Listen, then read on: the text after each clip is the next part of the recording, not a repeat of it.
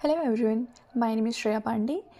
मैं आज की वीडियो में आप सभी से ये डिस्कस करूँगी कि आने वाले टाइम पे ये जो हमारे पास बच रहे हैं 2-3 महीने, इसमें ये DSSB की प्रिपरेशन और उसके साथ KVS KVS ये हमारे Tier 2 की प्रिपरेशन कैसे मैं करूँगी।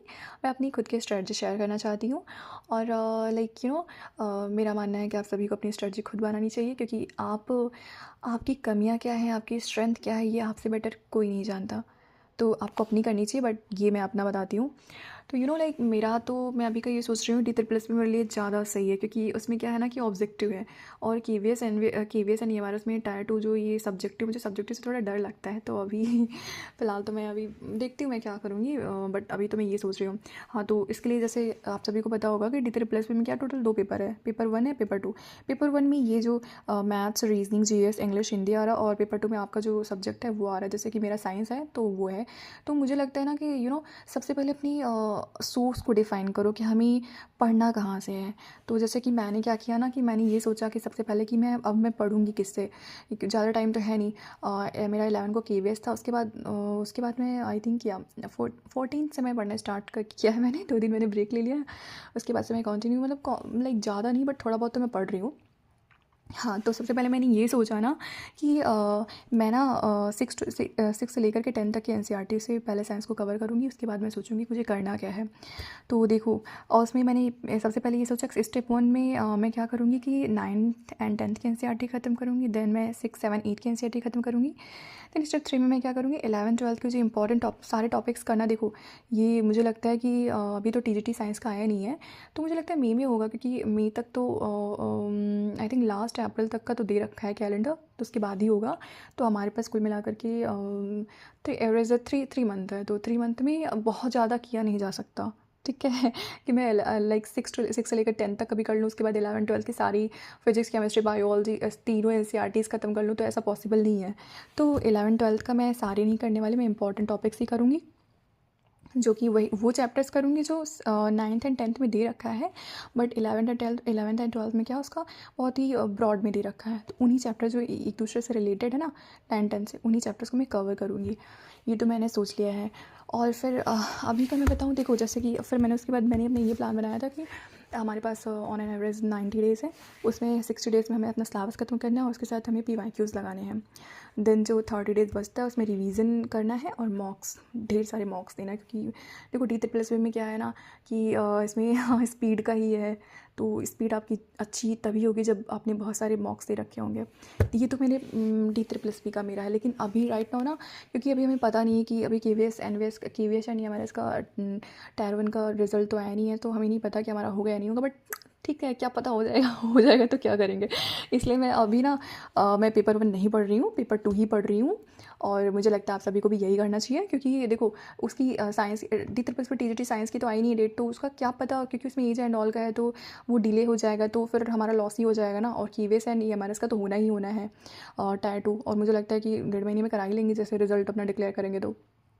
तो मैं वही सोच के मैं पेपर 2 की साइंस ही मैं पढ़ रही हूँ, पेपर 1 नहीं पढ़ रही हूँ। वो अगर हो जा तो पेपर 1 को मैं देखती हूँ बाद में, क्योंकि मैं लॉन्ग टर्म का नहीं सोच रही हूँ। मुझे लगता है ना कि छोटे छोटे गोल्स बनाओ, छोटे छोटे गोल्स को कंप्लीट करो, तो अपनी आप बड़ी गोल्स हमारी अचीव हो जाते हैं। तो मैंने अभी अपना 17 जनवरी को मैंने अपना बनाया था। जैसे ये देखो, मैंने ना 17 जनवरी को ये बनाया था, मुझे 17 जनवरी से लेके 4 फेब तक कितना ख़त्म करना है। तो ये मेरा पूरा इतने दिन का प्लान है। देखो, 9th एंड 10th की मुझे साइंस की NCERT ख़त्म करनी है, मॉडर्न हिस्ट्री ख़त्म कर लेनी है, LCM HCF ख़त्म करना है, नंबर सिस्टम करना है, और 2 फुल लेंथ PYQs करने हैं। और इतने दिन में 100 vocabs भी कर लेने हैं। और एक साइटोलॉजी 11th की बायोलॉजी के NCERT में है साइटोलॉजी, ये यूनिट ख़त्म करनी इसमें। लेकिन मुझे बायोमोलिक्यूल नहीं पढ़ना है, क्योंकि वो ना मुझे लगता है इतना इंपॉर्टेंट नहीं है।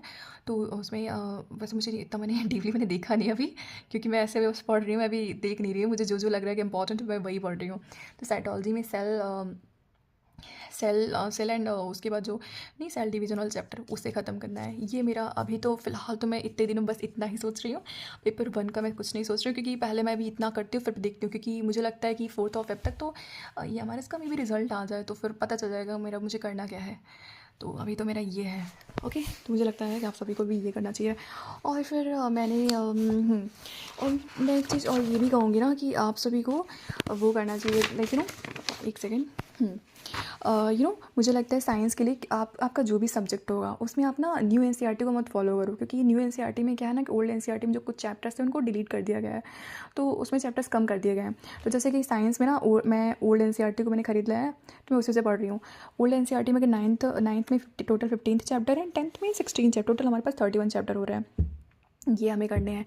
तो मैंने 11 को अपना केवीएस दिया था, फिर मैंने 11 12 एंड 13 को भी ब्रेक लिया। बहुत घूमा वगैरह किया, घूमा ओके सॉरी, लाइक मैंने अपना टाइम जो भी किया था ओके। मैंने 14 से अपना स्टार्ट किया, तो मैंने ये कुछ चैप्टर्स मैंने पढ़ लिए हैं। एक बार में एक लाइक कभी बहुत ज़्यादा डीपली मैंने नहीं पढ़ा है। देखो मैं बेसिकली मैं बस एनसीईआरटी ही पढ़ रही हूँ, उसके अलावा भी कुछ नहीं पढ़ रही हूँ। तो मैंने ये एनसीईआरटी से ये जो जैसे कि देखो मैटर इन सराउंडिंग ये कर लिया, ये भी कर लिया, जो लाइक पेंसिल तो मैंने टिक कर लिया ना, वो चैप्टर्स मेरे अभी थोड़े हो गए हैं, ये कर लिया है मैंने। हाँ, तो और मुझे अभी ये सारे जो बच रहे हैं वो, और मॉडर्न हिस्ट्री एचसीएफ ये सारी मुझे 4th और 5th तक ख़त्म करना है, और फिर अगर मेरा हो जाता है तो मैं आपको बताऊंगी, आप सभी को बताऊंगी मैंने मेरा हुआ या नहीं हुआ। तो I would like to tell you one thing कि आप सभी अपना ऐसे एक छोटे छोटे टारगेट्स बनाओ, उनको अचीव करो, क्योंकि छोटे छोटे पूरे होंगे तो छोटे छोटे से मिला करके बड़ा बनता है, तो वो आपका हो ही जाएगा। और हाँ मैंने ये सोचा है। और फिर मेरे को क्या है ना कि जब मैं एट द डे मैं पढ़ने के बाद में रात में ये सोचती हूँ कि मैंने पूरा दिन करा क्या है, तो मुझे ये समझ में नहीं आता। तो बहुत स्ट्रेस सा होता है कि like what I am doing now, तो डिमोटिवेशन सा फील होता है। तो मैंने उसके लिए ये सोचा है ना कि मैं जो भी डेली पढ़ूँगी उसको नोट डाउन करूँगी मैंने आज पढ़ा क्या है, और नेक्स्ट डे मैं क्या पढ़ना है, मुझे इसका टारगेट बनाऊँगी। तो उससे क्या है ना, उससे मुझे स्ट्रेस नहीं होगा। तो मैंने उसको करने के लिए ना मैंने आज एक डायरी अपनी बनाई है। वैसे तो मैं हमेशा बनाती रहती हूँ, बट इतना कभी फॉलो नहीं करती, बट हाँ फ़िलहाल अभी कुछ 2-3 महीनों से मैं थोड़ा सीरियस हो गई हूँ। तो देखो मैंने ये मैटर इन आवर सराउंडिंग कर लिया है, is matter around the sphere, ये 9th के टॉपिक्स हैं दोनों, ये किया। और ये जो हाउ डू ऑर्गेनिज्म रिप्रोड्यूस, ये 10th का चैप्टर है। ये 3 चैप्टर मैंने आज पढ़े हैं। देखो आज मैं अब फिर मैंने पढ़ने की वजह से नोट डाउन कर लिया ना, टिक कर लिया, तो मुझे अब समझ में आ रहा है कि हाँ भाई मैंने ये 3 चैप्टर्स ख़त्म किए हैं। अदरवाइज़ मुझे लगता है कि रात तक मैंने क्या ही पढ़ा है, कुछ तो नींद नहीं आती है सही से। तो अब मैं ये सोच रही हूँ कि मैं इसे मैं इसको कंटिन्यू करूँगी। और फिर अब हाँ, और कल के लिए मैंने एक टारगेट सेट कर रखा है कि मुझे ये करना है, ये चारों चैप्टर्स ख़त्म करने हैं। फिर जब ये चारों चैप्टर हो जाएंगे तो मैं कल इसमें ये जब इसमें ऐसे टिक कर लूँगी, मुझे समझ में आएगा कि यार हाँ मैंने ये पढ़ लिया, तो इससे स्ट्रेस थोड़ा कम होगा। क्योंकि स्ट्रेस होता है ना, स्ट्रेस को डील करना बहुत टफ होता है, तो अपने अकॉर्डिंग सबका अपना अपना तरीका होता है। तो मैं अब ये करने जा रही हूँ, ये अपनाने जा रही हूँ कि देखो फिर क्या होता है। तो हाँ, तो ये ये सब चीज़ें मैंने सोची हैं। तो आप सभी को भी जैसा लगे आप लोग भी